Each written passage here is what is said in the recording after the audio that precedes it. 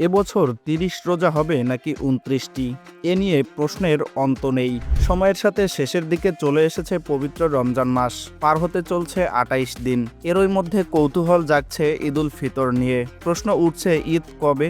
এমন সময় জানা গেল ঈদের সম্ভাব্য তারিখ। মধ্যপ্রাচ্যের আরব দেশগুলোতে এবছর কবে পবিত্র ঈদুল ফিতর পালিত হতে পারে সেটির সম্ভাব্য তারিখ জানিয়েছেন আমিরাত জ্যোতির্বিদ্যা সোসাইটির চেয়ারম্যান ইব্রাহিম আল জাওরান। তিনি বলেছেন, এবছর আরব বিশ্বে রমজান মাস ৩০ দিন পূর্ণ করবে না। তাহলে কি শাওয়াল মাসের প্রথম দিনই হতে পারে ঈদ? আগামী ২০ মার্চ শুক্রবার সৌদি আরব, আরব আমিরাত, কাতার সহ ওই অঞ্চলের বেশিরভাগ দেশে ঈদ হওয়ার সম্ভাবনা অনেক বেশি। ২৯তম রমজানে চাঁদ দেখার সম্ভাবনার ব্যাপারে ইব্রাহিম আল জারওয়ান বলেছেন, আগামী বুধবার ২৯তম রমজানে আরব দেশগুলোর আকাশে কোনো অর্ধচন্দ্র থাকবে না।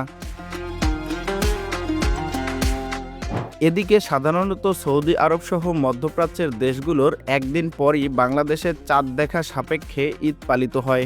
সেই হিসেবে যদি ২০ মার্চ মধ্যপ্রাচ্যের দেশগুলোতে ঈদ পালন করা হয়, তবে আগামী ২১ মার্চ বাংলাদেশে পালিত হতে পারে পবিত্র ঈদুল ফিতর।